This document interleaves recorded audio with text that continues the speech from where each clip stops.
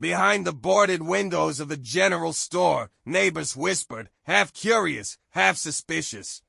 Cedar Hollow wasn't a town where strangers lingered, and it certainly wasn't a place where a girl could simply claim a connection with a woman of power. But the child's eyes were steady. Not entitled, not demanding, just a raw, aching plea.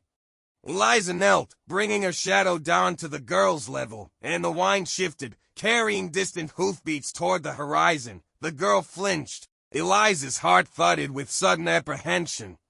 Whoever those riders were, they weren't coming for gossip. And yet, leaving the child alone felt impossible. The child's voice cracked again, please, just for today. And before Eliza could answer, a shadow detached itself from the alley behind them, silent, deliberate, and menacing. Eliza's eyes scanned the horizon. Two riders approached, their dust clouds curling like smoke snakes across the prairie.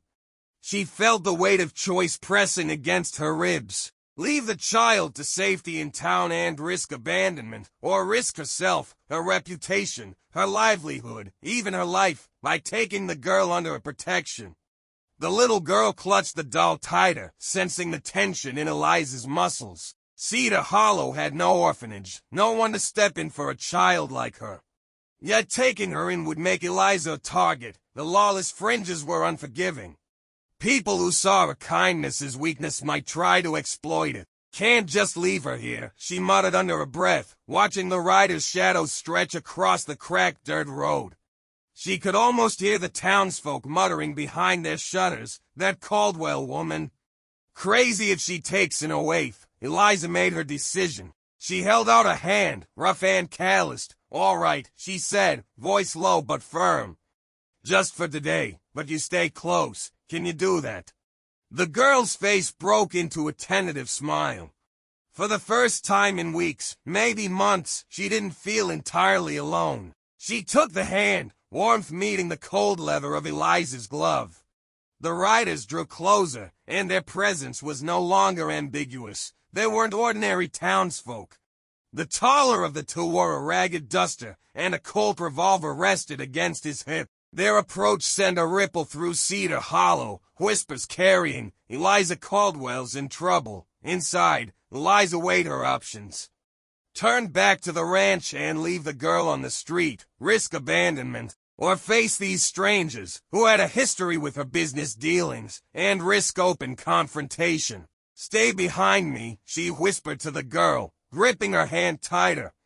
The riders spurred forward, dust erupting around their horses' hooves. And in that moment, Eliza realized the horizon carried more than just threat.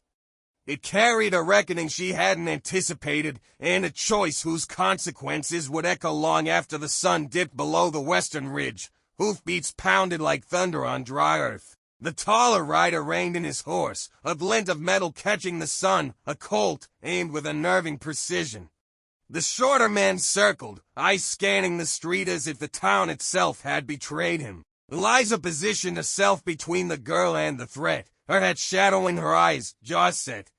The child clung to her side, fingers buried in the folds of her jacket. Cedar Hollow's wine carried the scent of dust, sweat, and horses. The tension made the air almost tangible. Caldwell, the taller rider, spat, voice rough like gravel. Heard you've been taking liberties with things that ain't yours. Eliza's hand hovered near her holster, but not enough to draw prematurely. I'm not leaving, and I'm not backing down, she said, calm but cold. The girl's breathing hitched beside her, but she didn't move, the unspoken trust between them grounding the child. The riders laughed, harsh and sudden. A little girl don't belong with women like you, the shorter one sneered. She only slow you down. Eliza's eyes flared. Not mine to slow down, mine to protect. She knew the law might not intervene. Her reputation had always been her shield, but this was more personal. These men had crossed lines before, and her refusal would mark her as a target.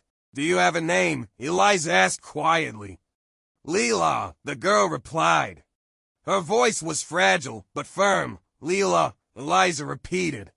The word felt like a tether, binding them together amidst the chaos. She pulled a small keepsake from her pocket, a locket she hadn't worn in years, and pressed it into the girl's hand.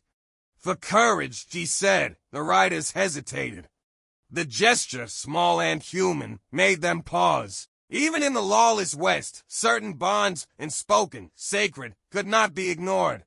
For a heartbeat, the world slowed. The sun dipped lower, painting the horizon gold and crimson. Leela's eyes glimmered with tears, not of fear, but of something rare, hope. Eliza's hand tightened over hers. "We get through this together," she whispered. The riders exchanged uneasy glances. Their control over this street was challenged not by guns or bullets, but by an unspoken human truth. Courage, compassion, and the defiance of fear could be more formidable than any weapon. But danger had not fully passed. One rider moved his colt again. Dust swirled like a warning, carrying the echo of all the lives Eliza had fought for, and though she hadn't yet saved, the standoff ended not with a firefight, but with a delicate, tense negotiation. Eliza's reputation, ironclad and fearsome, preceded her. She reminded the riders of the consequences: lost land, lost standing, and the wrath of the town's hidden eyes. Reluctantly, they withdrew, leaving the street empty except for dust and the fading echoes of hooves. Leela's arms wrapped around Eliza's waist, holding on as if afraid to let go. Eliza knelt, brushing dust from the girl's hair. She realized then the weight she had carried her entire life, the need to protect, to preserve, to survive, had found a new purpose. "Can I really call you Mama?" Leela asked softly, hope threading her voice. Eliza smiled, a rare, unguarded expression, just for today. "And maybe tomorrow, too," she whispered. Word spread quickly through Cedar Hollow. The fearless Eliza Caldwell had taken in a child. There were whispers, some admiring, some resentful, but no one dared challenge her, not after seeing the courage she inspired, not after witnessing her quiet strength. Months passed. Leela learned to ride, to mend fences, to help in the stables. Eliza watched over her, a vigilant guardian and a steady presence. Each evening, they shared stories under the lantern light, the bond between them deepening like roots in the dry prairie soil. Years later, Leela would remember that first day, the day she had been lost, the day she had asked for a mama, and the day she had found one.